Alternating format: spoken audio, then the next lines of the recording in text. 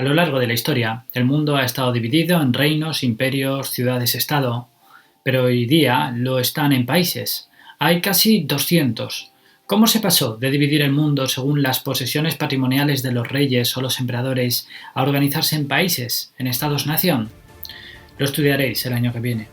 Este año yo os explico qué es un estado, cómo se organizan y colaboran los estados y cómo está organizado el estado en el que vivís, España.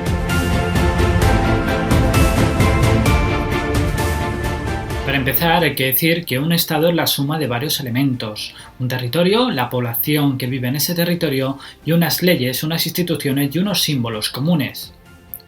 La organización en estados-nación arranca en el siglo XIX y poco a poco va sustituyendo a la antigua división de reinos e imperios. Es decir, en el siglo I la península ibérica era una provincia romana más, en el siglo VIII otro emirato del califato omeya, en el siglo XIV un territorio más de las posesiones de su rey, que por cierto podrían incluir otros territorios fuera de la península ibérica como Borgoña, Milán o América. Y si se le pudiera preguntar a alguien que viviese entonces en la península si era español, seguramente no tendría ni idea de lo que se le estaba preguntando. Había un territorio geográfico llamado Península Ibérica, sí, pero las leyes, símbolos e instituciones políticas e incluso la población eran diferentes a las que existen actualmente, es decir, las instituciones, leyes, símbolos e incluso el propio sentimiento de pertenencia son construcciones artificiales cambiables a lo largo del tiempo, como bien os señala el párrafo 2 de la página 50. Hace 200 o 300 años eran distintos y seguramente dentro de 200 o 300 años serán también diferentes. En la historia solo hay una ley que permanece inmutable y es que nada es inalterable.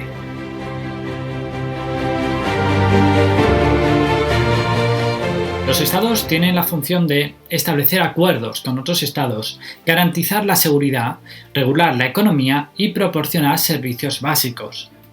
Para poder llevar a cabo sus funciones, los estados necesitan financiarse. Esto puede realizarse bien porque los estados tienen empresas a su propio nombre que les dan beneficios, o bien en base a impuestos. Hoy día, tras las privatizaciones de empresas públicas en los años 90, solo quedan los impuestos, de tal forma que eliminar o reducir una parte de estos tiene una enorme influencia en la calidad de los servicios públicos que ofrece el Estado: sanidad, educación, subsidios de desempleo o jubilación. Por ejemplo, uno podría alegrarse de que le rebajarán 400 euros de impuestos, pero si ello tiene como consecuencia que tiene que pagar entonces la educación de sus hijos a una empresa privada, podría encontrarse con una factura de 700 euros al mes, con lo cual no salen las cuentas.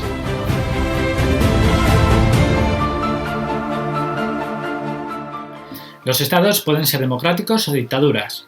En las dictaduras todo el poder está en manos de una persona o de un pequeño grupo que no tiene ningún límite respecto a sus gobernados. En las democracias el poder está repartido en tres grupos que sirven de equilibrio para evitar la tentación de acaparar todo el poder.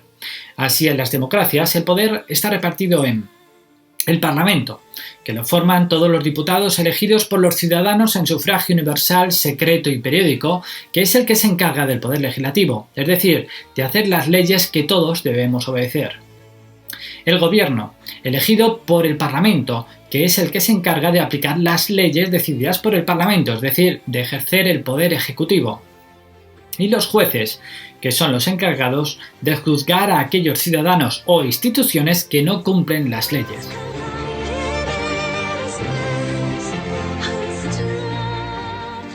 Las dictaduras o democracias pueden establecerse como monarquías o repúblicas. En una monarquía constitucional, el poder del rey viene establecido según lo marca la Constitución. Así puede darse el caso de un rey que gobierna su estado, porque así se establece en su propia Constitución. En una monarquía parlamentaria, el rey tiene escasos poderes en cuanto al gobierno, es lo que se conoce popularmente como un rey florero. En las repúblicas no hay una familia con privilegios. El jefe del Estado es elegido, bien por grupos de poder en las dictaduras o por los ciudadanos en las democracias. Según el poder que tenga el jefe del Estado en una república, distinguimos entre repúblicas presidencialistas, cuando el jefe del Estado y del gobierno es la misma persona, por ejemplo, Estados Unidos o Francia, o las repúblicas parlamentarias, cuando el jefe del Estado y de gobierno son personas distintas.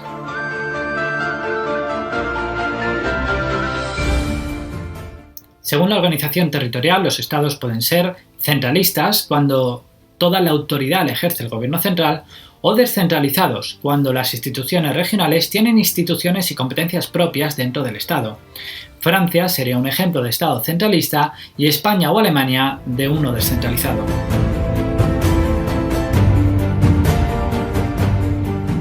Respecto a España, es un estado democrático, con una monarquía constitucional en la que el rey ejerce el papel de jefe de estado. Los poderes quedan repartidos en un legislativo, en Cortes Generales, formado por dos cámaras, la alta, que es el Senado, y la baja, que es el Congreso de los Diputados, el poder ejecutivo en manos del gobierno y el judicial en manos de los jueces. España pasó de ser un estado fuertemente centralista bajo la dictadura del general Franco a ser uno de los más descentralizados de Europa. Por ejemplo, el gobierno central realiza una ley general de educación, pero las distintas comunidades autónomas tienen potestad para aplicarla según considere que sea más conveniente en su territorio.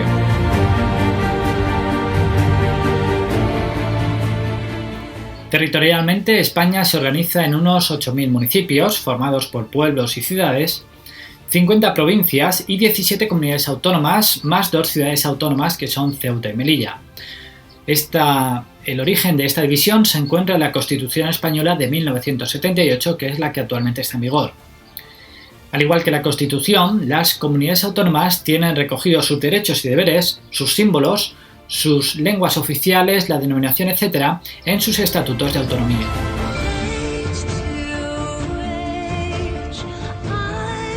Los diversos estados del mundo pueden colaborar en distintas instituciones comunes. La inmensa mayoría pertenecen a la ONU, la Organización de las Naciones Unidas, que se utiliza para tratar problemas que afectan a todos, guerras, cambio climático, etc. Ya hablamos en clase de sus instituciones y del Consejo de Seguridad, que tiene derecho a veto y voto, mientras el resto de países solo tienen derecho a voto.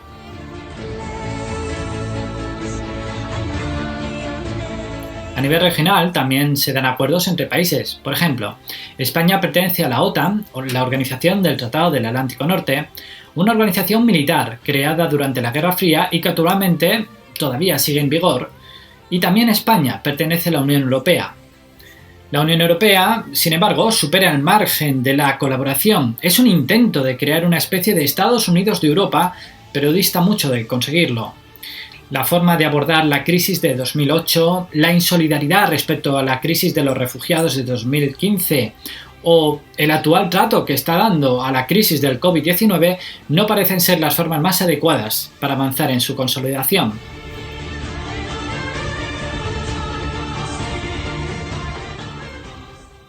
Hasta aquí el repaso del tema 2 del libro. Debéis realizar un pequeño resumen de este vídeo y el cuestionario que colgaré en Aules.